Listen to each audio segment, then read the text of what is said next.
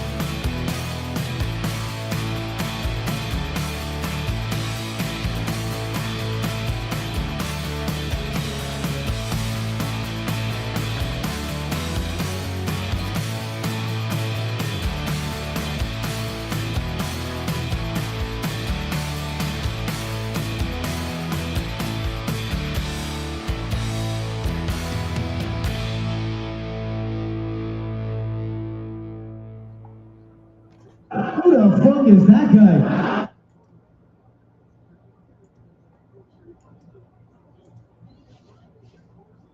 There we go. Welcome in, everybody. Joe Quill's here with you, live with you here on this Thursday night.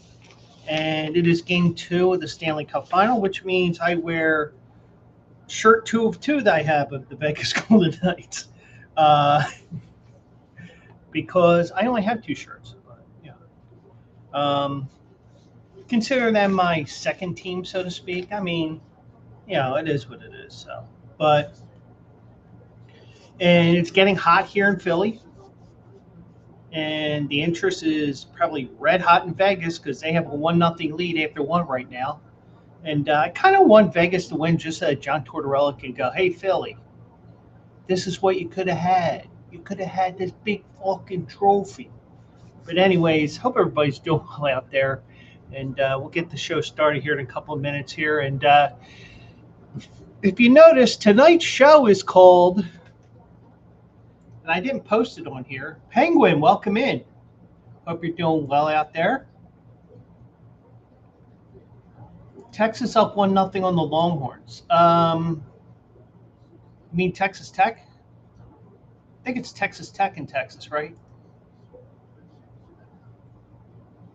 She's talking about softball action, yo. So tonight, you guys know I have this segment called the Stupid Shit I Saw segment. Well, one story that I have, yeah, softball World Series, that's what I thought. It's Texas and Texas Tech. If you saw if you follow this show, you know that I have a segment called the Stupid Shit That I Saw segment. And think of it as Preston and Steve's Bizarre File. Think of it as, all different things. But Texas is up 1-0 in the series from what I see, because I forgot to watch last night because I was out celebrating the first concert of the year. And I got a story about that in a second as well. But, yeah. So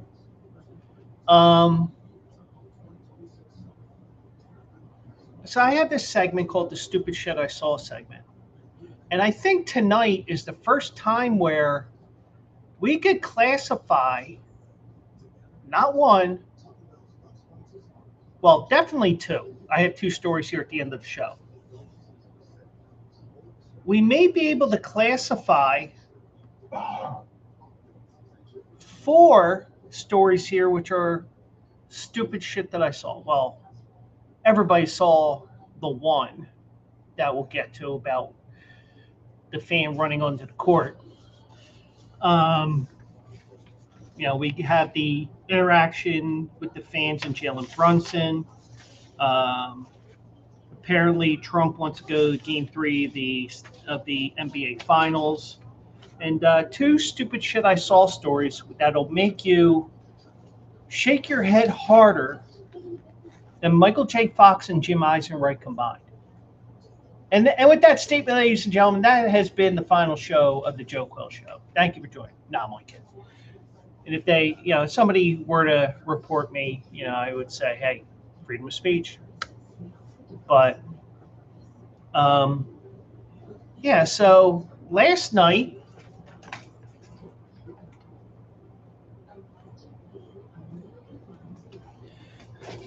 I ended up going to Pennypack. Well, it's not Pennypack anymore. It's at Constadter's up in Northeast Philly on Academy Road. No, that's not what I wanted. So, before I get to that, I have to say one thing. I've been doing a lot of AI stuff this week for the Belmont at Saratoga this weekend. And I am getting a little bit tired of AI this week because if you look very closely, for the second time this week, AI, this time this was Google AI, has put a wedding ring on me. Ladies, I am very single. And as long as you don't give me shit about the Super Bowl being on Valentine's Day, next February, we'll hit it off. So just to let you know. But, so I have some fun with this, but, that little red wedding ring thing there, no, I'm not married, ladies. Don't plan on it anytime soon either. But yeah, so the reason why I don't do Wednesday night shows is because I'm already doing 4 shows a week. And I'm not going to lie, part of me wants to cut down to 3. But I'm not going to.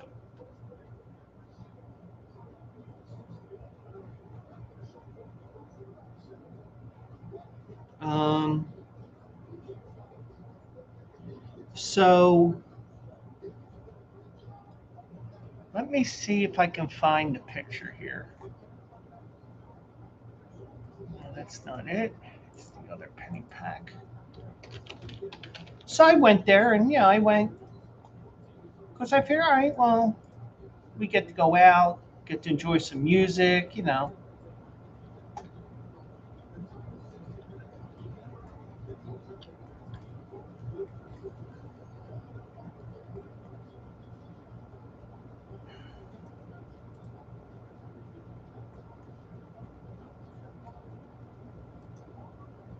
Well, I don't.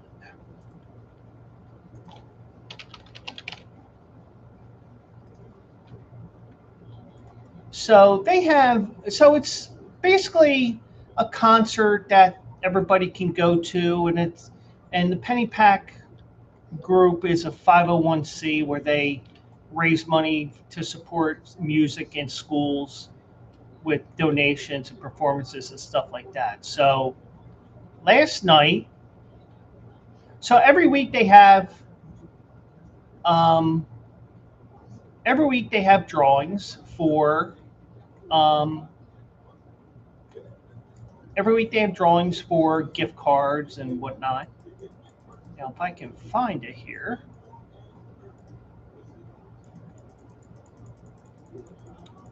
Of course, there's like 500 fucking pictures. Um, but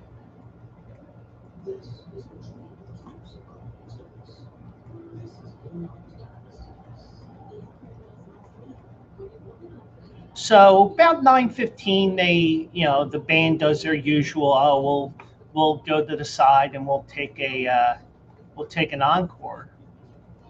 So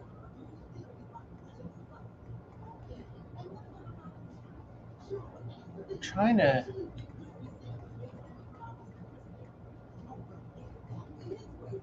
Well, let's just say not ready to mingle and what up, Rogaine. I'm ready to shave this all off. Let me tell you.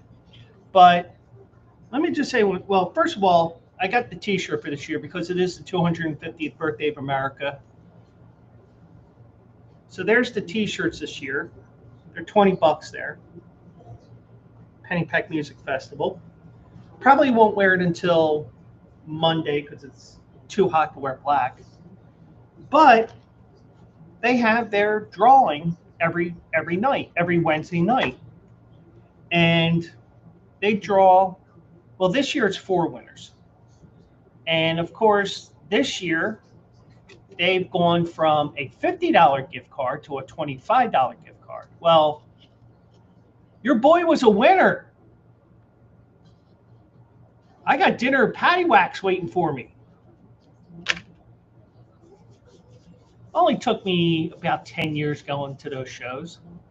And a lot of times I don't even bring money with me and I don't contribute, but I do contribute when I can. I help. I believe in education, even though I may not agree with a lot of things that they're doing in the educational system, but I do believe in music. I believe that music should be part of the curriculum and stuff like that. And hey, so I get so I get so I get dinner out of it, and somebody's already claimed dibs on going with me. So unfortunately, it's not a female, but yeah. But then again, it'd be like, but hopefully, if I did take a female and make it into a date, I'd be like, just consider this not cheap, but being lucky, because I'm the type of person where I'm not afraid of tipping. I believe in a sliding scale when it comes to tipping. I don't believe in the 10, 15, 20%, whatever you believe in. I believe in sliding scale. It all depends upon my mood because, sometimes I just don't like being bothered when I'm eating, and sometimes I need to, sometimes, everything's good, and your ass looks nice too. I mean, all right, I won't say that, but but I'll think it. But um, but yeah, so I mean, I know whipping out the gift cards is not a great thing, but I'd be like, well, if you think about it, you know, I'll make up for it with the tip whatever. But but also if you're very materialistic, out the door you go. But anyway, so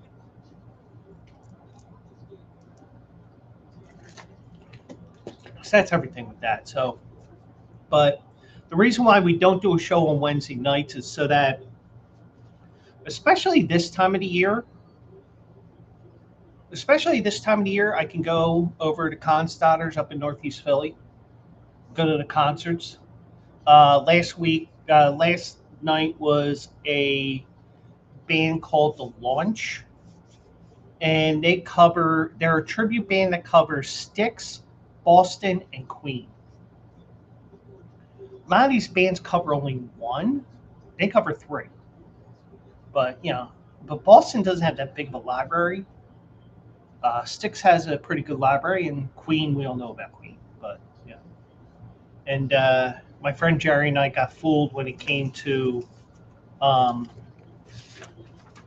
when it came to our little game, because we have this little game where we try to pick the final. We try to guess the last song of the night, and about 8:45 we started because I thought at first it was just Styx and Boston. Here was Styx, Boston, Queen. So the second hour was Queen. So I said early on in the second set, I said, "Oh, Bohemian Rhapsody, easy." Then about 9 o'clock, because the show ends at 9:30, they play Bohemian Rhapsody, and they already played another one, Bites the Dust. They played We Will Rock You, We're the Champions. So it's like, what the fuck are they gonna play? So I think the last song was Somebody to Love. I think. So we were guessing. I was going through the This Is Queen playlist on Spotify. We were both wrong. But it's a little game that we like to play from time to time when we're trying to keep ourselves entertained even more than what we usually do. Um, but yeah, so um, so fun night here, and that's why we don't have shows on Wednesday nights, because during the summer it's an opportunity for me to um, do my music thing, and also it gives me an opportunity to um, do some things offline, especially because of the fact that um, I'm so busy with Q&A racing and Q&A Sports Zone between Quills Picks winners. That's a daily thing. We have also eligible on Saturday mornings. Whoops, that's how I want it. Then we have also eligible, which is live every Saturday morning. So there's a lot of things, and also I'm going to be gaming soon. So, and I know I've been teasing that for like months now, but we're this close. I even got an intro song. I might tinker with that a little bit more, but we're getting there to the point where I'm pretty much going to be streaming 7 days a week between these shows Monday, Tuesday, Wednesday, and Monday, Tuesday, Thursday, and Saturday, and then Wednesday, Friday, and Sunday, which are my off days when it comes to this show and also eligible. So, but just let you know, it is 1-0 Vegas over Carolina in the second period. They're about 4 minutes in. I missed the goal totally because I'm setting things up and whatever because I got things set up late. And the next thing you know, I get a text from Mike. Mike says, "Who do you have winning the Stanley Cup?" And I said, now, when he said that, he might be saying that because I said to him last week, or maybe I may have said it last week on the show even. Um, I said, that I got Vegas over Carolina. At the beginning, I said, "Oh, I have Vegas over Carolina." I think because the last couple of years, because not ESPN, NHL.com has a bracket contest where you can predict the same way you can with the NCAA tournaments. So I also prefaced, I think, because I know the one thing I said, if not to Mike here at the apartment or with Mike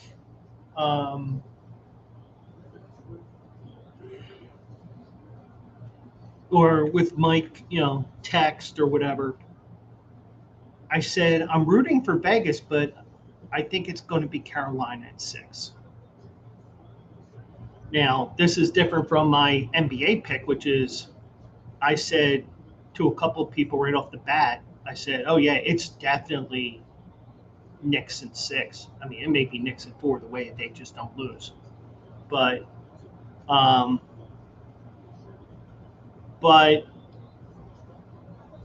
you know,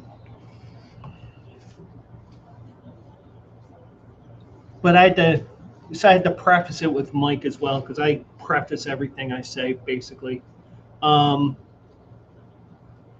So he says, who do you have winning the Stanley Cup? I said, I think VGK. I forget now. And I said, VGK prediction was the beginning of the playoffs. I said Canes in 6 last week. So that covers my ass.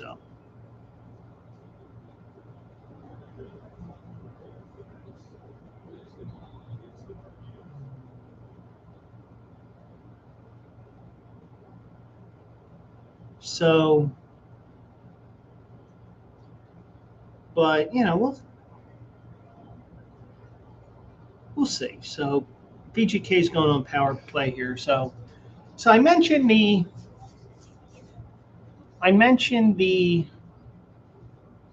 said the Knicks in 6. So somehow a couple of fans got banned for life over a selfie quest during game 1 of the NBA Finals. Now, I don't think I was home at the time when this happened. Oh, no, I was home, but I kind of didn't see everything that happened. So, and the one thing is, it's not worth it. It's not worth going to jail. It's not worth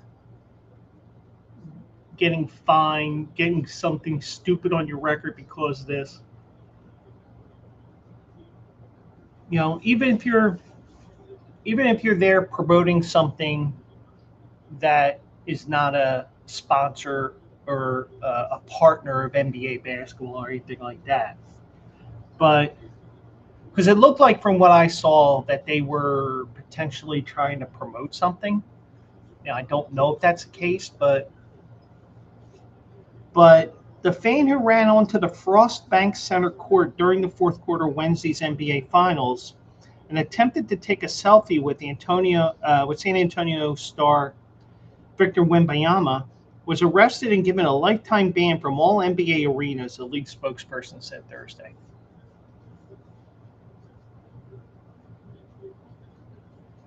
Once again, why?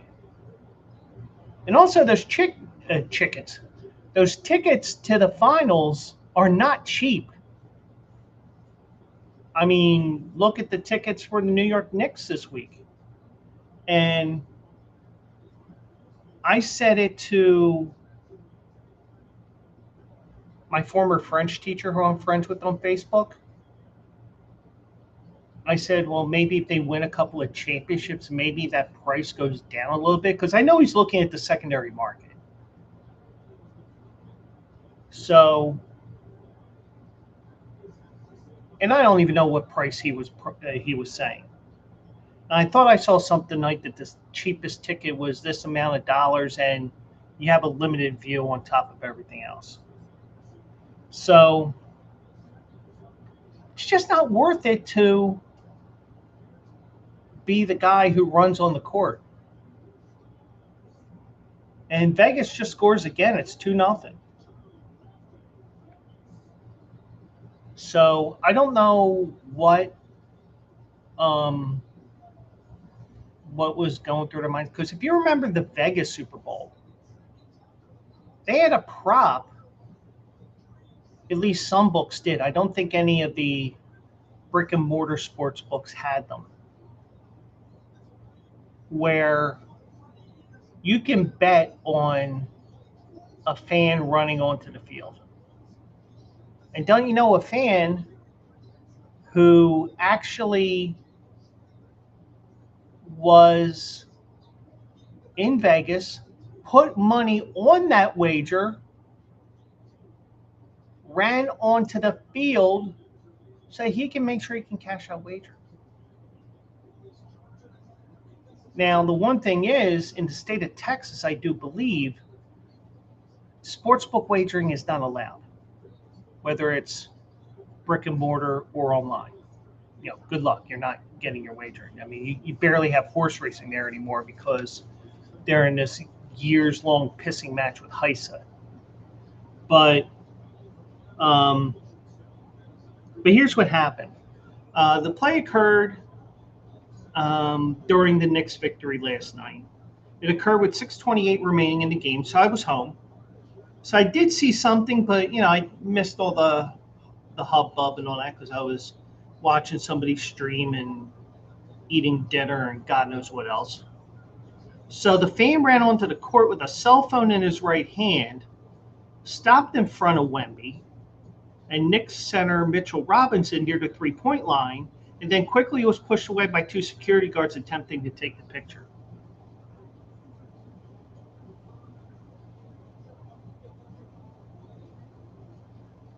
What he's thinking, I have no clue.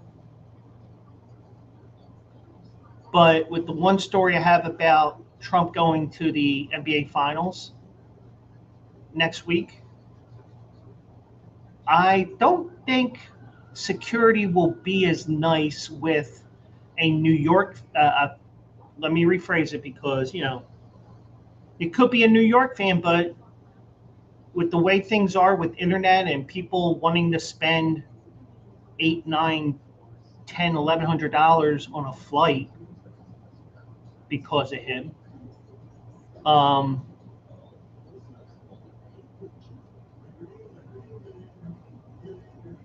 you have, you're going to have added security at the games that Trump is going to be at because, it's the president of the United States. So just that alone, you're going to have additional security. So, and I don't think, and also probably because it's New York, they're not going to just grab him and pull him off the court. They're probably going to give him a Lawrence Taylor sack like he did to Joe Theismann. Something like that. You're going to see that. Because guess what? They're not going to mess around. Especially when security is probably going to be in an all-time high at Madison Square Garden because the President of the United States is going to be there. And I'm going to say this as well, just for those that are saying, oh, you're just bashing on Trump, whatever. If it was Joe Biden, if it was Kamala Harris, if it was Barack Obama, if it's Josh Shapiro in 2028,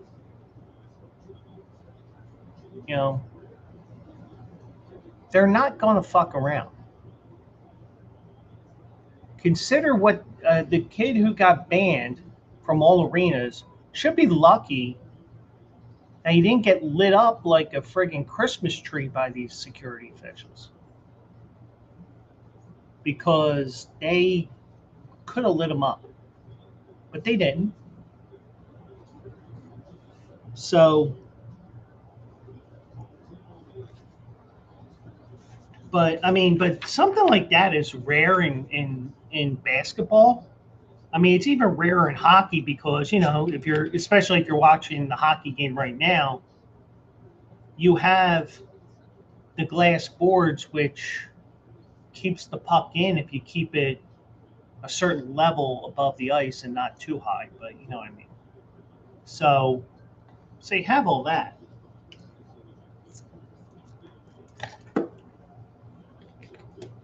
Baseball's probably the easiest, but it's a little bit harder now because you got the netting all across from foul pole to foul pole now.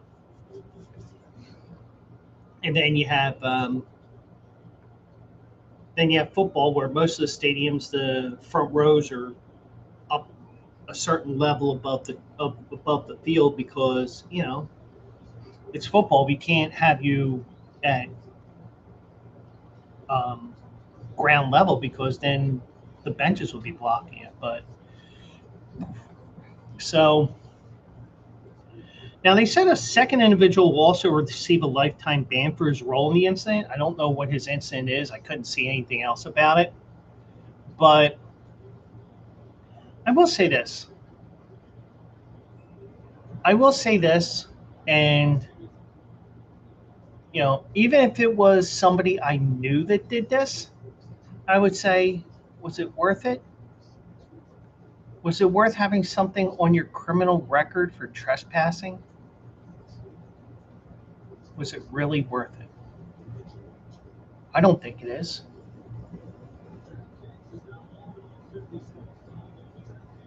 It's not worth it no matter what sport, what field you run on. I'll even throw soccer on there. And soccer, you could actually, you never know with the international players, like you get that Suarez guy who plays for Miami. He might bite you with his horse teeth.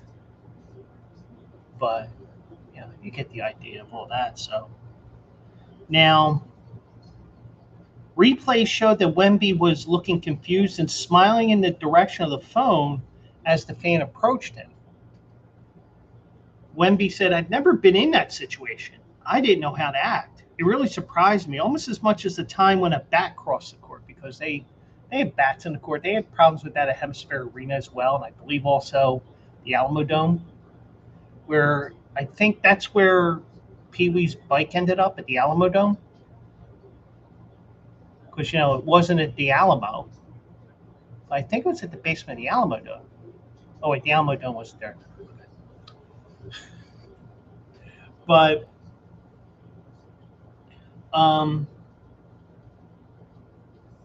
I think the naivete of Wemby, I can understand that.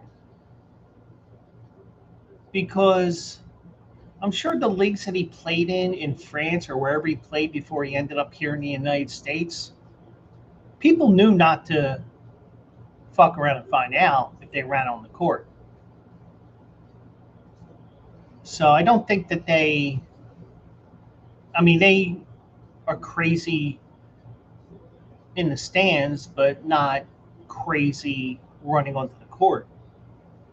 But, I'm sure that even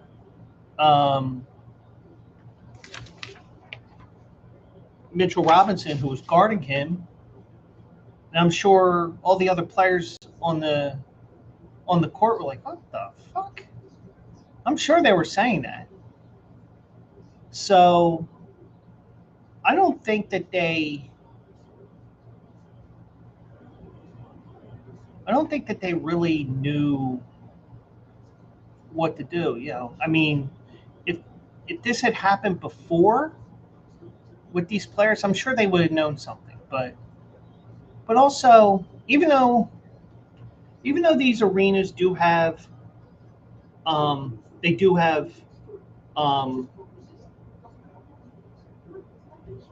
X-ray detection and all that stuff. They check metal detectors. That's what I'm looking for. Metal detectors and all that stuff. They're really, you really can't take a chance on anything because you never know what can happen. So if you want to act all naive and all that, go right ahead. But, I think considering it is the sports championship series and everybody wants to be at the game, everybody allegedly wants to watch the game because I don't know what the ratings were. I didn't look. I think that some people will realize that, oh yeah, we can definitely make ourselves known. We can promote Q&A Racing, Q&A Sports Zone, Polymarket, Kalshi, DraftKings, FanDuel, whatever you want to promote, you could do that.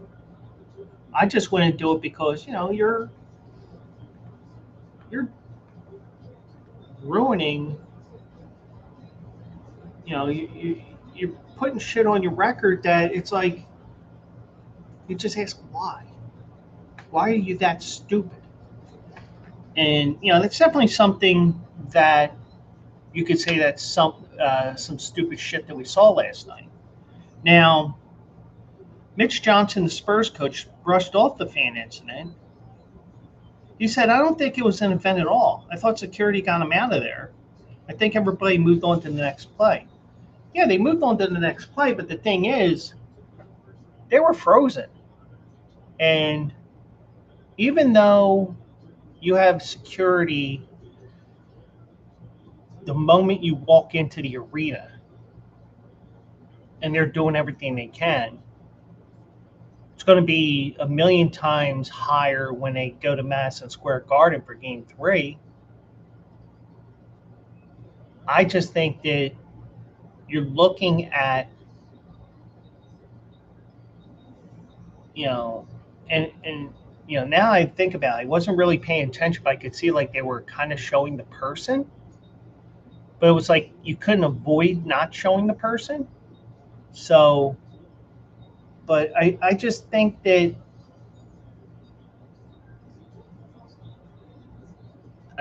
they have to, I think that maybe it's just me. One time is too many, and just make sure it doesn't happen again. Now, I'm not saying, hey, let's put plexiglass up so that the fans can't get on the court. I'm not saying anything like that, but if something were to happen, you tackle that guy right away, or girl. You worry about the repercussions later because the safety of the players, especially at a event like this, the NBA Finals, yeah, you're going to do what you can to protect all 24 players on both teams and their staffs and everything else, because you just don't know if this guy's a nut job. Maybe I'm thinking too much about this, but would you rather be safe or sorry? That's what I would have to say. Now, apparently, not only did we have that incident, Jalen Brunson also had some problems with some fans at the end of Game 1 last night. So the NBA is investigating an interaction between Knicks star Jalen Brunson and courtside fans late in the fourth quarter of Game 1 of the NBA Finals. Now, Brunson appeared to be upset with some courtside fans while teammate OG Anunoby was taking a pair of free throws with 29.4 seconds remaining in the Knicks win. So I think, I don't know the protocol here. So, but I think there has been times where the lead official says, that fan is gone, security, take him away. I believe that's the case. Because the NBA has their code, fan code of conduct, which we'll mention in a second. But I guess if they're coaches, if there may be security that's there, he went to the next step up, which was the official. So he had a conversation with official Scott Foster, who was the crew chief for Game 1, as Anunoby was shooting his free throws. He then circled back to talk to Foster again after the game concluded, and he was still clearly frustrated with what had taken place. Brunson didn't address the incident with the reporters, but the thing is, you can deny that you know what's expected of you at the games. At least I know the Phillies used to show a video of what they expect from the fans every game. And I'm sure that and even with the paper tickets, remember those? Those were actually would tell you, go to here for the rule fan expectations or whatever. They had that as well. So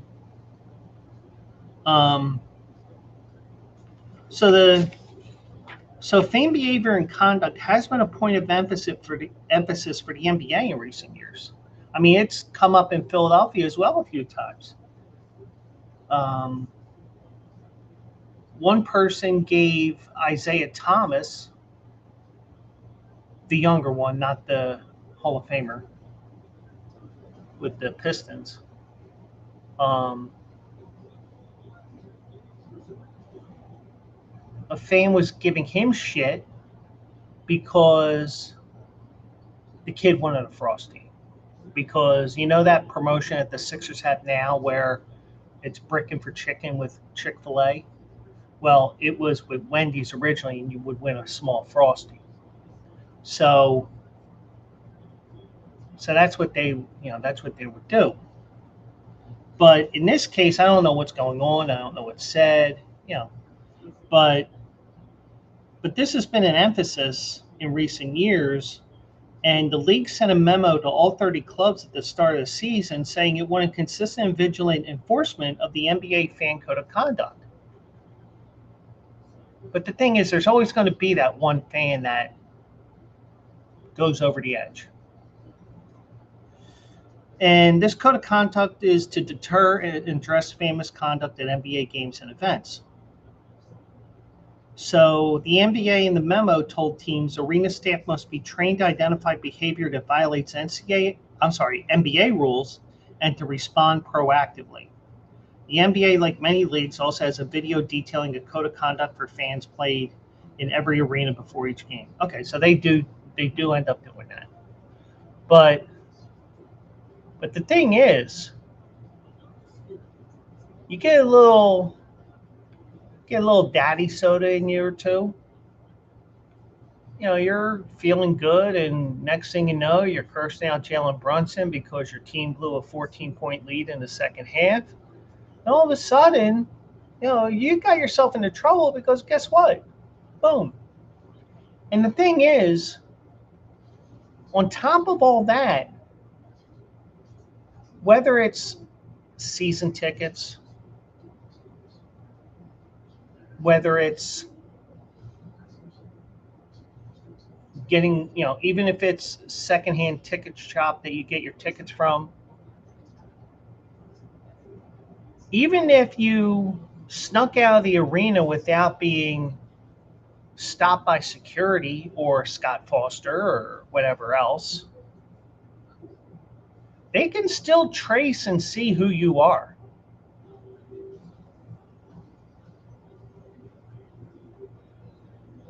So if, and that's the thing, because if you're buying tickets, your credit card, they can go to the credit card company and get that information. They can go to your bank and get that information. And the next thing you know, or if you have season tickets, they could just go to your season account, your team account. Oh, he lives at 2323 something or other. Oh, here's his number. Here's his email. We're unfortunately informing you that you've been banned from this arena because you were giving Jalen Brunson shit. And once again, is it worth it? No. So the league said it's critical that the teams and arenas vigorously enforce the code of conduct and not tolerate any misconduct that impacts our players, fans, and otherwise disrupts the game. I mean, it's just not worth it. Now, here's an argument that I made with Mike numerous times, and I've said it to other people as well.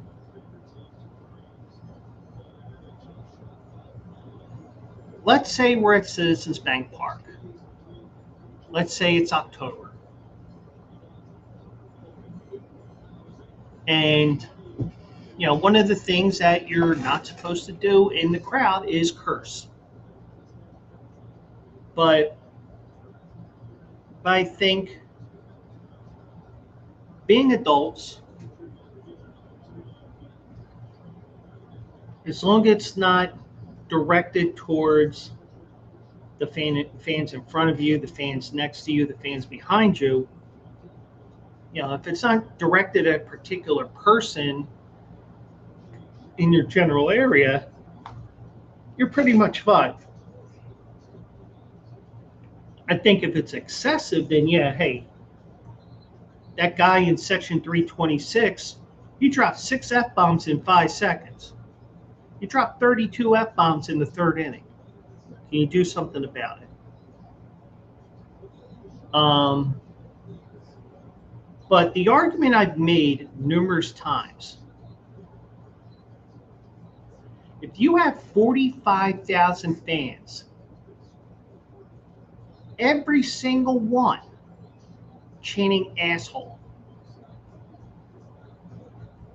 ref, you suck,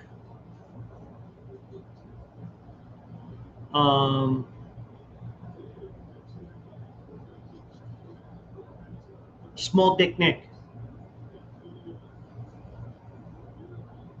or something vile,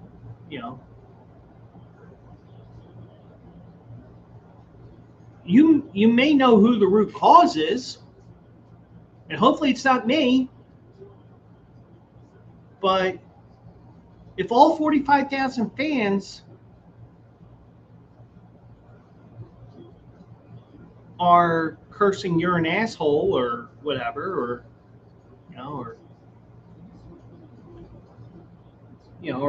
some Philly comes back to town and we don't like how he acted towards us when he left or some shit like that, if it's 1 or 2 people, yeah, that's something else. You can get rid of them.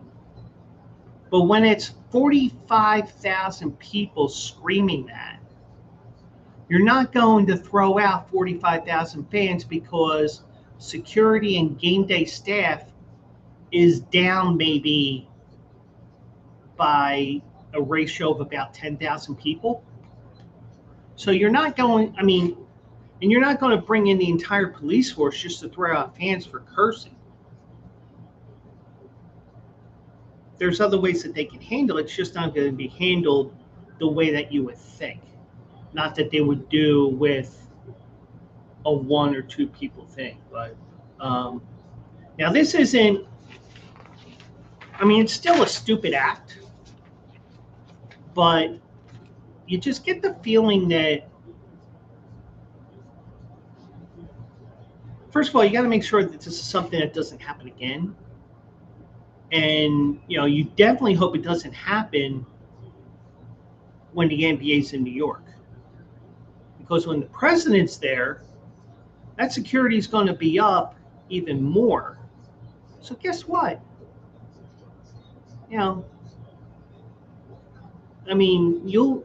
If something like that were to happen in Game 3, he's going to get plowed through the court. He's not going to just be going through, he's not just going to be stopped and taken off the court. He's going to be a piece of the court when they're done with him. But that's if especially if Trump is there. So, but they did say today. I apologize for yawning so much. President Donald Trump has accepted an invitation from Knicks owner James Dolan to attend an NBA Finals game at Madison Square Garden next week. Now, I don't know where Trump will sit. I don't know if it's going to be in some box or, I would think of being a box for security reasons. And also, if he wants to doze off during the game like he has done in meetings and stuff, But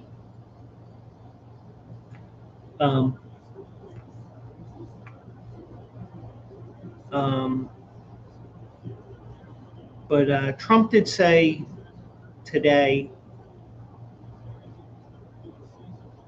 the answer is yes. Dolan's invited me, and I'm going. I'll be there. It could be Monday. Maybe I'll do both Game 3 and Game 4. Be great games. 2 great teams. But the Knicks are greater. Even though I have to get my voice in that, I couldn't get into it. But this is the first time that the NBA Finals will be at MSG since 1999. Now, I do want to share one other thing.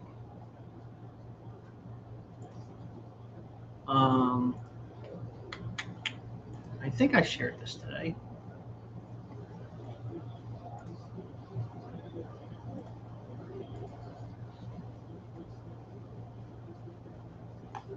Let me see.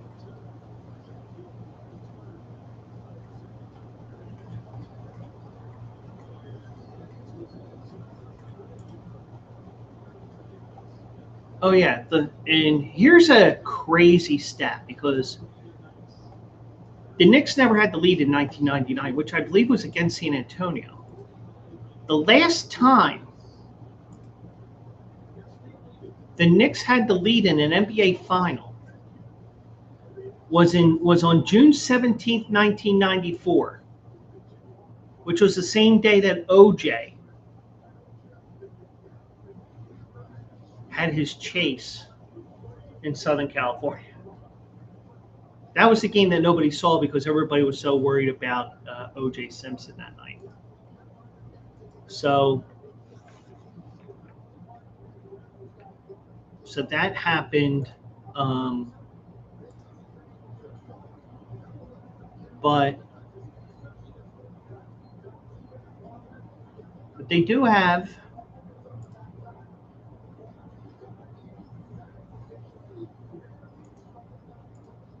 so I'm setting things up here for one of the stupid shit I saw stories as well. So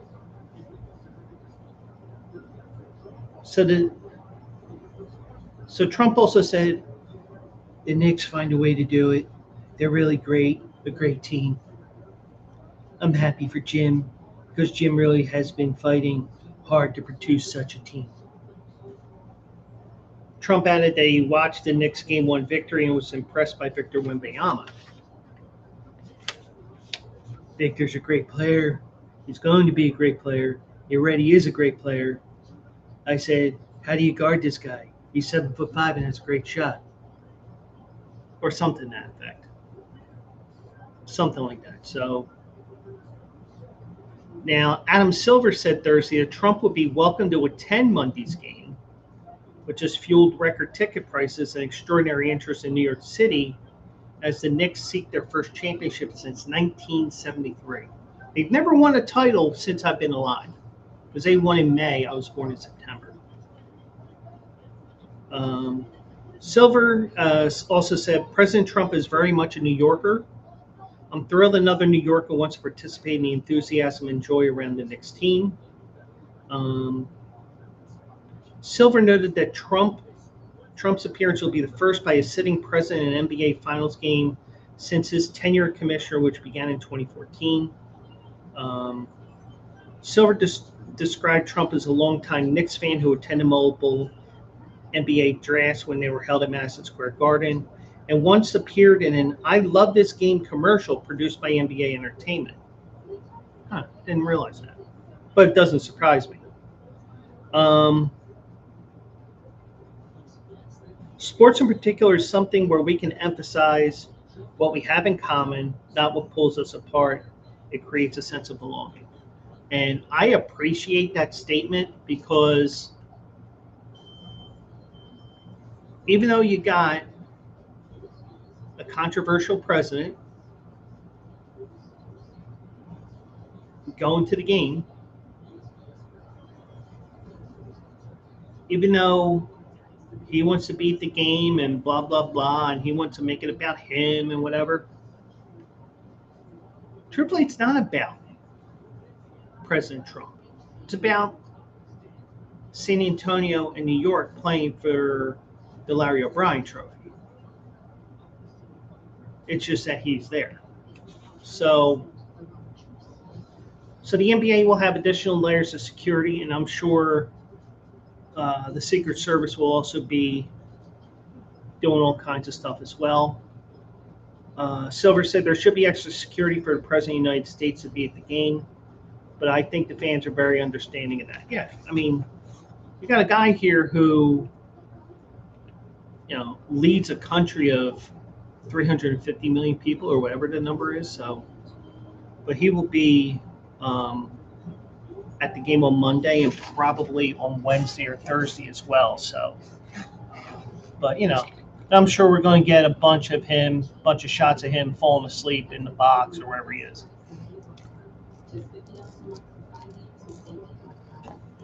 But I will say this, if he wants to go to the game, he can go to the game. I don't give a shit. But I'm not, like I said here, I think it's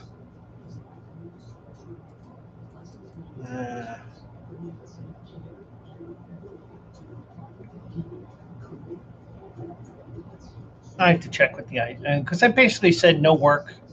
I basically, the chat rules on my Twitch, which is basically the rules on all my pages here, is basically don't be an asshole. No work talk, no politics talk, because this is an escape, trying to entertain a little bit and just have some fun, because that's what this is all about. It's about having fun. Especially at my time of the night, it isn't about, oh, Trump is the greatest thing since sliced bread, or no, Trump is the biggest asshole known to man. No, we're not dealing with any of that stuff. So now one thing we will deal with this Saturday is a special edition of Also Eligible, because it's Belmont Stakes Day. And let me check the weather here real quick, because it is supposed to rain here Saturday and Sunday. And trust me, we need the rain, because that's all we ever hear on the news now is we're in this big drought.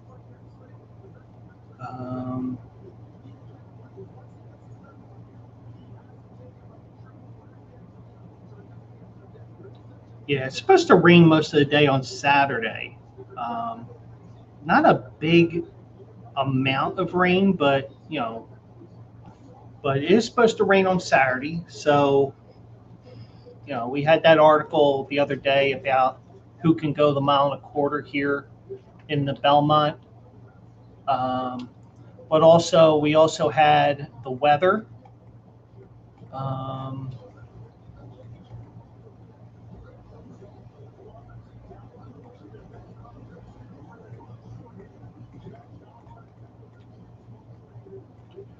So, and the one thing is, this was the original photo that I had created on AI for Saratoga this week. There's me standing there in the infield, even though nobody will be in the infield. And you see the rain. You see me with my rain suit on, and you see the crowd there. You see me holding the umbrella. And oh, by the way, once again, there's that wedding ring. I'm not married, people. But, that was ChatGPT that said I was married. But yeah, so we're going to be looking at Saratoga on Saturday. We're definitely going to look at the Belmont. We'll probably look at another race or two. I think we'll have enough time that we can do that. I don't think that we're going to take a full hour on the race, but if we only do one race and I write additional races, you can just go to QandARacing.com, because Quills Picks Winners will have you covered with that, as well as I write about different races that occur here every day. So, and I do it 364 days a year, basically.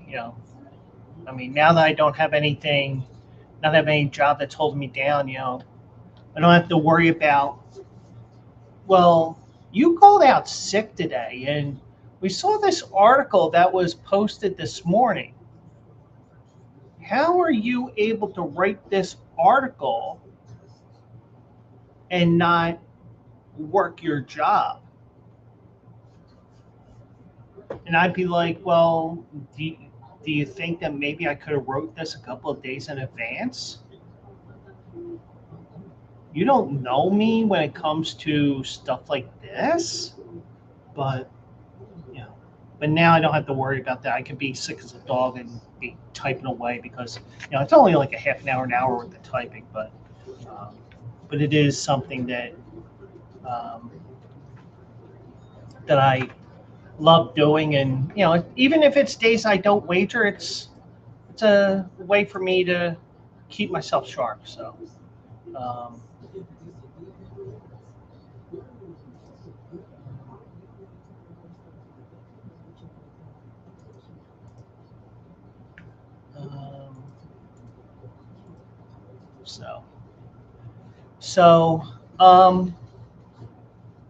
let me pull up an article here, because we're steaming along really fast tonight. So so I saw this Tuesday morning, and I forgot to add this in Tuesday night. So just to let you guys know, we have numerous casinos throughout the state. We have them at each of the 5 racetracks here in Pennsylvania. Pocono, Parks, 6 tracks. Pocono, Parks, Harris, Philly, Penn National, the Meadows, and Prescott Downs in Erie. So the one thing is, and this is something that has been more and more of a thing over the last 20, 30 years, maybe even longer than that. I mean, we even saw it with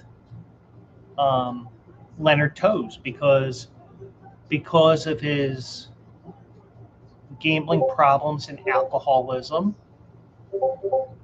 He almost lost the Philadelphia Eagles, and the Eagles almost ended up in Arizona. But the one thing is, I take the 1-800-GAMBLER thing seriously. And even if I don't say it word for word like I'm supposed to, I will tell you, always bet within your means. If you don't have the money, then don't wager. The chances of winning big money are like this. So why even try? But I understand the appeal, Like, even though it was a joke comment on Beavis and Butthead many years ago, just a bucket of hope. Well, if you lose, you got no bucks, no hope. But they have certain programs where they keep problem gamblers from entering casinos, entering sports books, things like that, to protect them, and also so people can protect themselves. In this case, I don't know how this person slipped through the cracks, but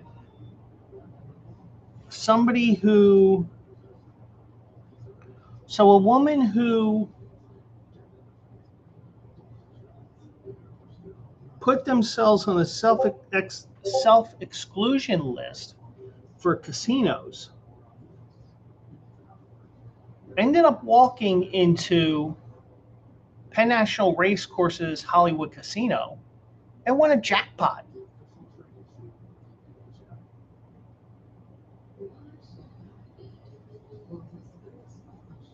But you got caught because, you hit a jackpot. You got to show your ID. You got to show Social Security. You got to do this and that. You got forms you got to fill out and all that. So a woman who was banned from Pennsylvania casinos for life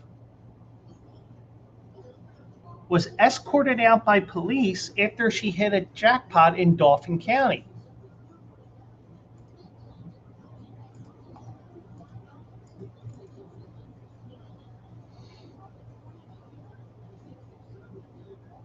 So, according to public information, Pennsylvania State Police were contacted shortly after 3:30 on Sunday about a woman who was at Hollywood Casino at Penn National in East Hanover Township. I thought that was Grantville, but whatever. Police said the woman had been identified as someone who was self-excluded from casinos after she had won a slot machine jackpot. Now, here's the catch here that really makes this a weird story.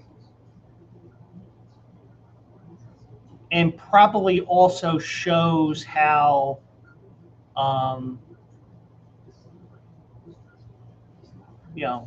the problem gambling and all that. So they confirmed that a 69-year-old woman from Asbury, New Jersey, had given herself a self-imposed lifetime ban from casinos in 2019. Police escorted her off the property and told her a non-traffic citation for trespassing would be filed against her.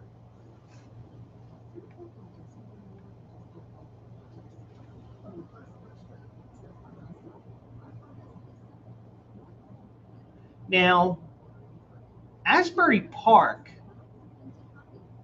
is central New Jersey shore, northern shore, New Jersey. So you're not going to Atlantic City to the south. You're not going to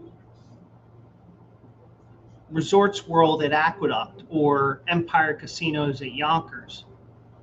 You're going, well, first of all, you're skipping casinos along the way because you're skipping the casino in Allentown or Bethlehem. You know, you're going all the way to the middle of the state, 2 hours from Philadelphia, to gamble.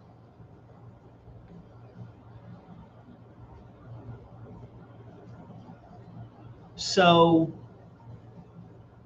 you're looking at, now, let's get the benefit of the doubt here. She might have been visiting family, and she was near the racetrack and casino, and kind of like Fred Flintstone, something like that.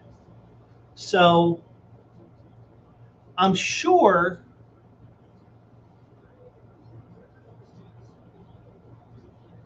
pretty sure that, I mean, it wouldn't surprise me if she just drove 4 hours to the Harrisburg area. But it wouldn't surprise me as well if she was visiting family and then something snapped where it's like, oh shit, casino, wager. But, so, as I said, she was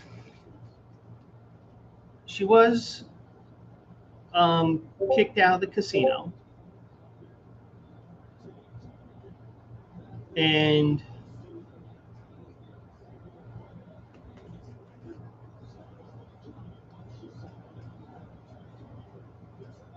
but the troopers didn't say if she got to keep the jackpot or not. And I'll tell you why in a moment why I think that she did not get it. So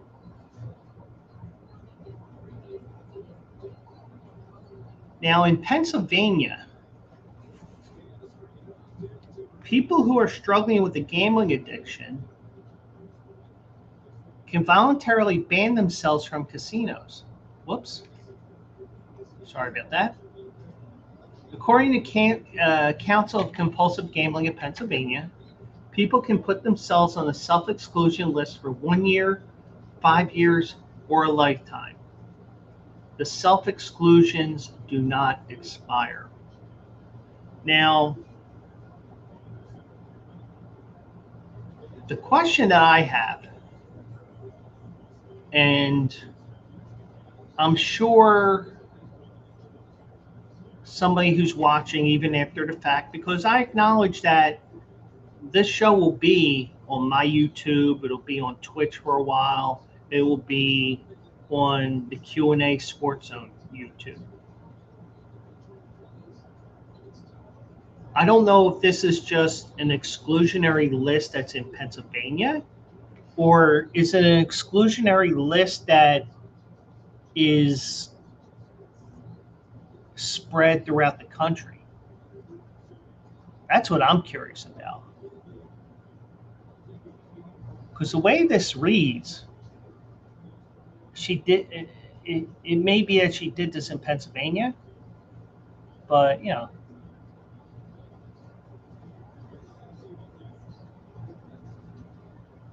Now, what leads me to believe that she did not get her jackpot, after someone puts themselves on an exclusion list for casinos, the council said licensed facilities must refuse their wagers and deny them gaming privileges.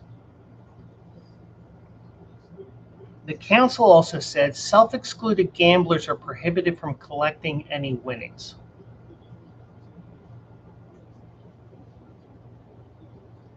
So it seems to me she did not win. Well, she won, but she didn't get her winnings. And why do I get the feeling this is going to be a lawsuit? But either way, they did have a but this was something that happened out in Harrisburg, or Harrisburg area, Penn National. But I will say this, and we promote gambling here on the Joe Quill Show and on Q&A Sports Zone and Q&A Racing. But we're also going to tell you, bet within your means. If you do not have disposable income, don't wager. And I know it's hard, but the thing is, you have to realize that, so,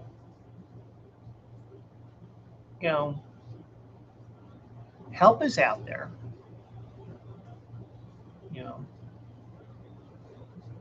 and you might have to realize that maybe I need help. And, sometimes you may be able to have an intervention with somebody, or sometimes you just may not be able to do it. But either way, we can actually get this resolved, but I'm just wondering, like, I imagine Hollywood Casino is the same way, where you have to go through security. Now, I don't know how this self-exclusion list works. I don't know if there's like a database of pictures where you go through the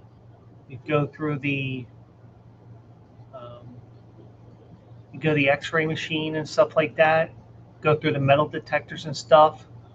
Do they have something where they they're able to take a picture as you're walking through? Because I'm sure they do that, because let's say something were to happen, like maybe somebody were to get pickpocketed of thousands of dollars that they may have won. It's like, oh, this person walked in, this is the perp right there, something like that. But I'm sure there's something, or there should be something, where you go walking in and something starts beeping. Maybe the technology's not there. I don't know. I know James Dolan has it, because he has a type of security program where certain certain people, where if he doesn't want them in the arena, they get rejected right away. But yeah, so I just think that when you look at all this,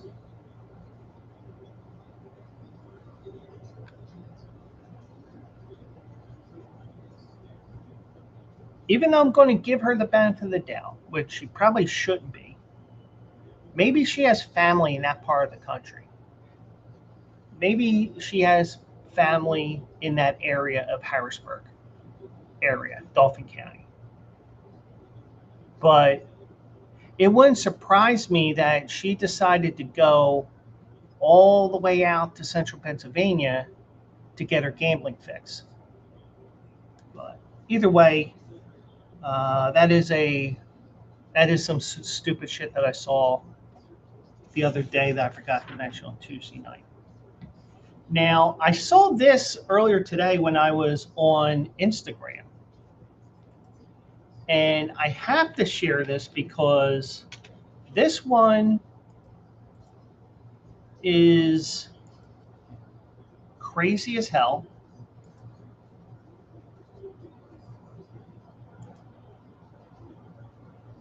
I don't know. Well, I don't know how you get as far as she allegedly did, or even, but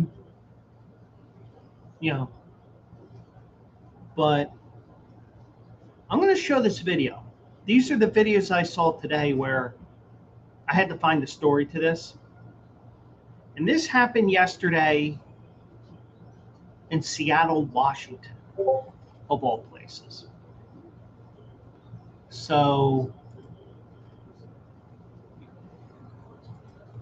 let me share my screen again here.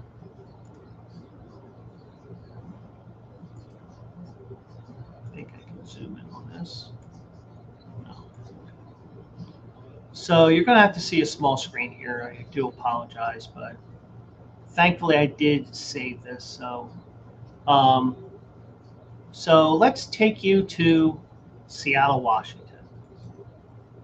How do you remove a car from the track? These weren't the ones that I thought was.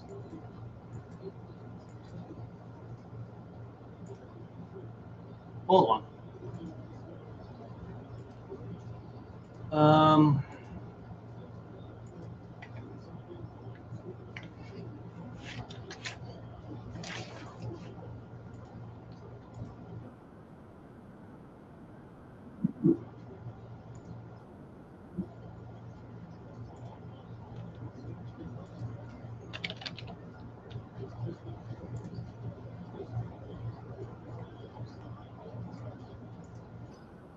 Okay, I think this was the one I thought it was. So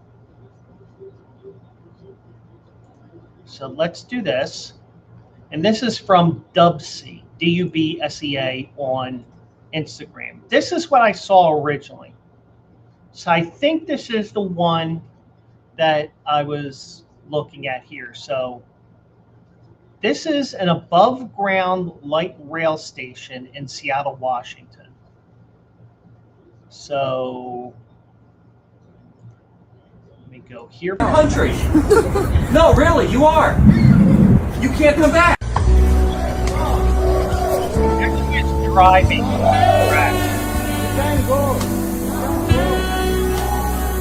She gets stopped by transit security there.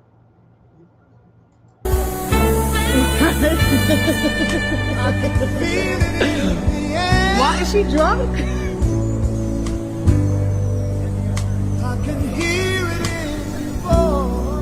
Maybe she has dementia.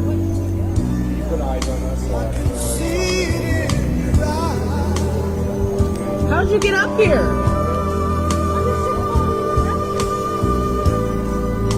On the train tracks?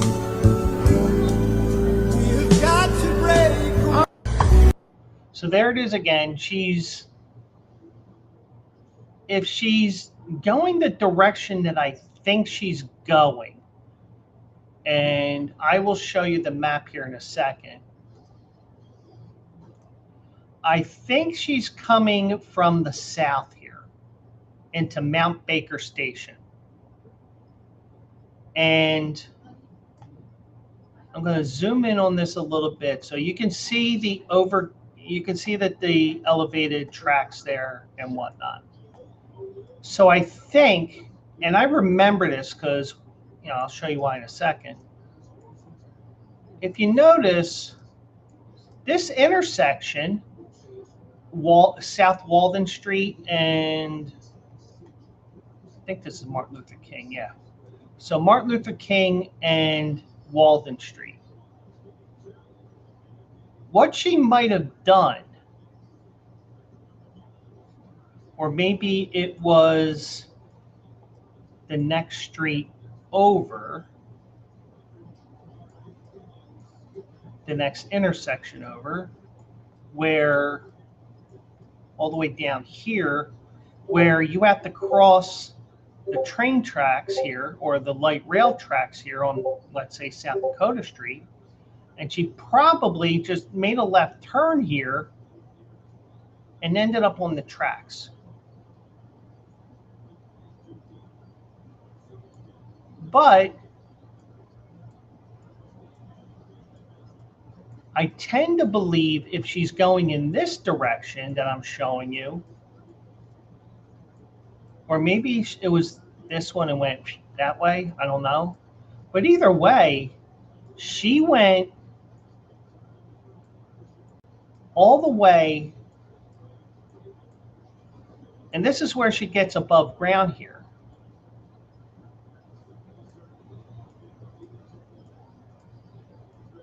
from what you saw there in the video, she ends up at Mount Baker Station. Now, I think with the time of the day that they said this may have occurred and everything, I think she was going in this direction, up towards Linwood, I believe that is. So she was on these tracks somehow. And of course, I'm going to play this video again. And also, by the way, once I realized this, I've actually been in this area, Seattle, because, of course, because the one thing is with me, Philly, cheesesteaks, stuff like that, we went to this place, the original Phillies. Good cheesesteaks. I think the guys are from Philly originally, so that's why they do it. But yeah, so pulled into Mount Baker Station. Thankfully, there was a security guy. Now, there's a guy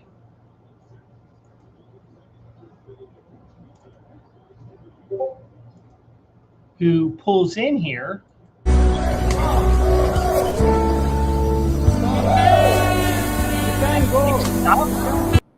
And I'm going to stop it there for a second because guess what? You don't know, because I think she's going against traffic here of the light rail. So that light rail, even though, and I don't know the schedules, I didn't even attempt to look at the schedules for this particular line, but I would imagine that most, if not all, light rail stop at this station. Now, if this is a station where they occasionally skip, then she's in some serious trouble here, because she could have definitely been in some serious trouble here. Now, listen to the one rider on the station here about dementia.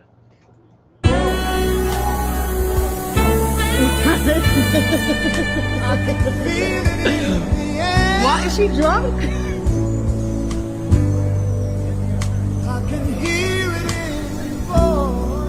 Maybe she has dementia.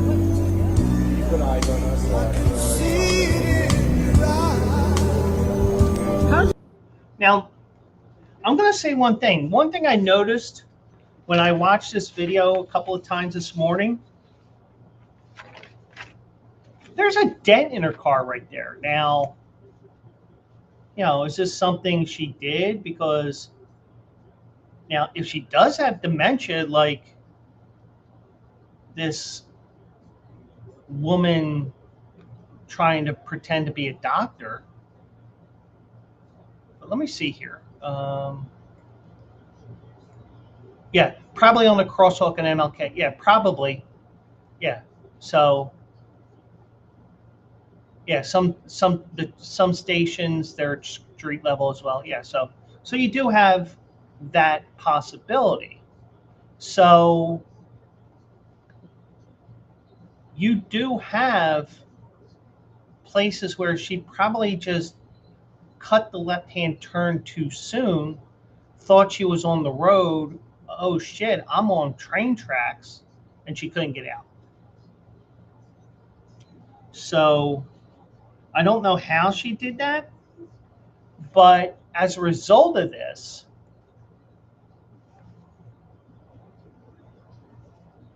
Sound Transit 1 line light rail service was disrupted for 2 hours last evening, after a driver drove onto the elevated tracks at Mount Baker Station.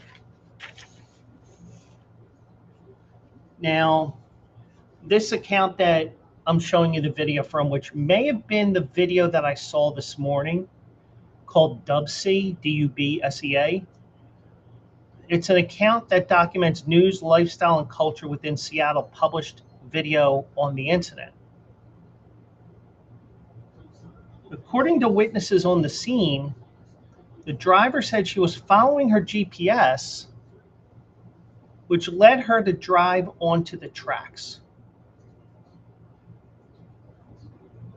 The driver even drove a significant distance on the tracks before getting stuck. I don't think she was stuck. She got stopped by that security guy. But I can see that getting stuck. Now, the one thing I can tell you,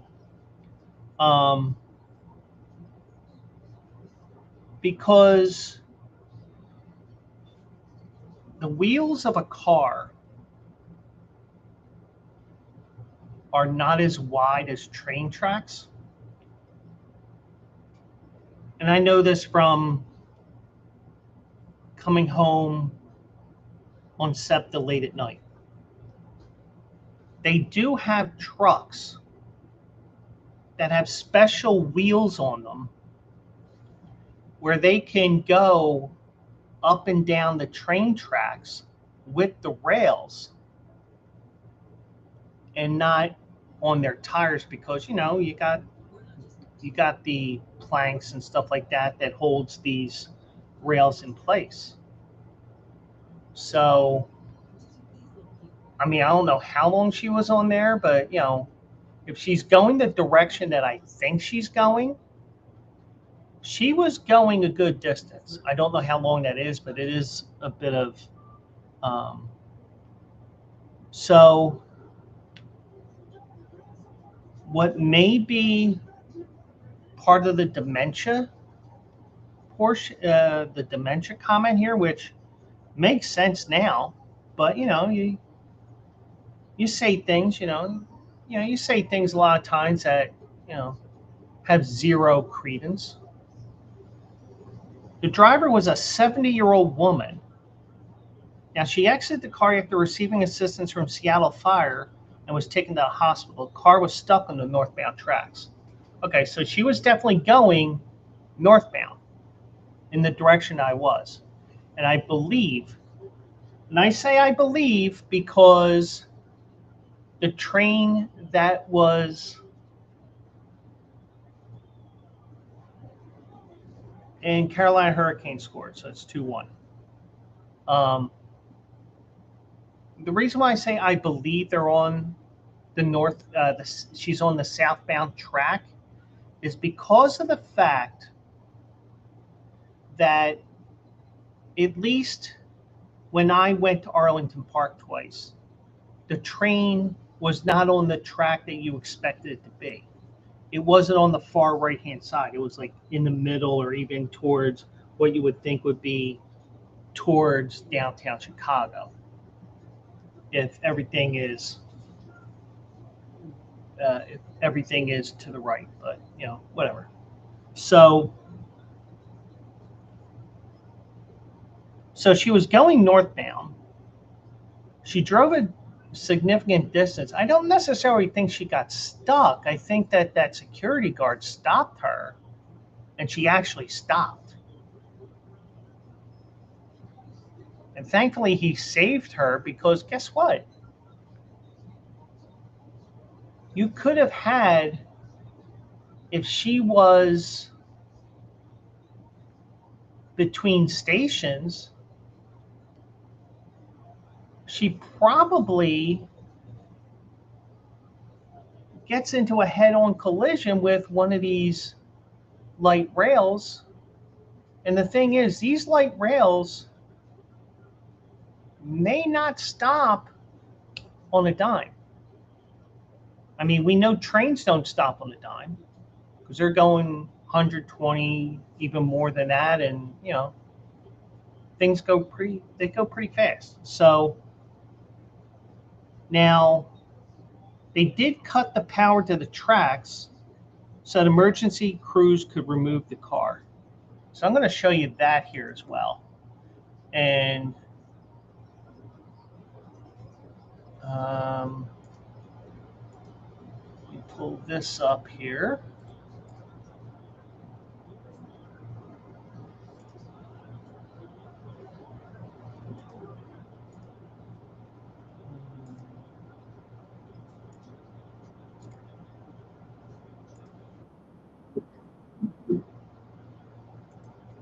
So I'm going to share this again, and you're going to see this one that, I was going to share for my Insta stories, but I'm not going to play it. But here you go. How do you remove a car from the trackway of an elevated train station? This certainly isn't a question we thought we'd be answering, but we're here. Everything starts with safety. We shut down our trains, we switch to bus operations, we make sure that our passengers on the platform and on the vehicles are taken care of. And then we move to the problem at hand, removing a car from somewhere it's not supposed to be. And for that, we need specialized equipment. We had to call on a piece of equipment called a speed swing. This multifunctional maintenance vehicle has high rail wheels, which means it can run on train tracks, and is designed to lift really heavy pieces of equipment so that we can do maintenance or machinery, or in this particular case, remove a Mazda that had gotten extremely lost. How do you remove a car from the trackway of an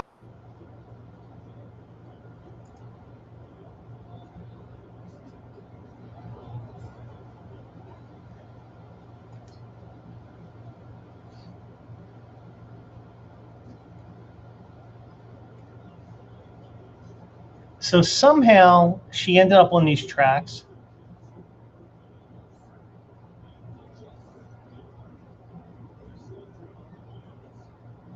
And,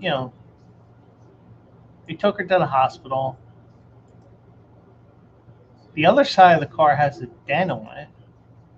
Or is there a dent on this side, too? Seems like she's had some incidents with the car, but... And that's from Frotog Steve 81 on Instagram. That first video of 2 that I showed was from Sound Transit. But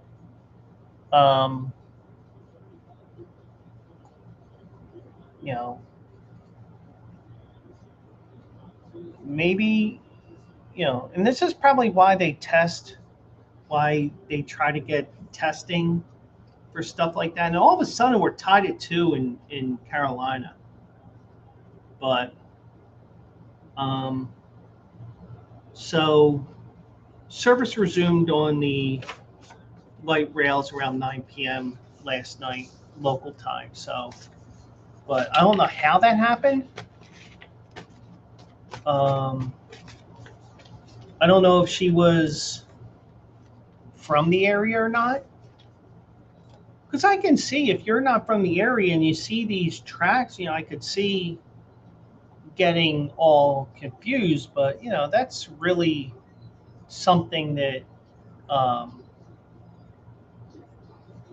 could really mess you up. But yeah, so that is something that really caught my eye this morning, and that's why I call this segment the stupid shit that I saw. And it's why I don't make this a regular event, because if I make it a regular event, it won't meet the criteria that I have for it. I would prefer that it's something that I bring to you as a sporadic thing, because it makes it worthy of the portion of the show that I like to have from time to time. So, but anyways, just a reminder. First of all, Pulse Picks winners, that'll be up tomorrow morning or by about lunchtime. We'll be looking at another race from Saratoga, day 3 of the Belmont Stakes Festival there. And we'll be looking at the Belmont Stakes on Saturday, the final leg of the Triple Crown. No Triple Crown on the line, but got an interesting race nonetheless here. So hopefully we will get you guys some winners, and we'll maybe throw in a couple of races on top of that. So, and I think I will create the alert on YouTube and such, so that you guys will be able to bookmark that, get yourself the alert when we're live Saturday morning at 10 o'clock. So that's it for now. I do appreciate each and every one of you for joining me here tonight. We'll do it live. Wait.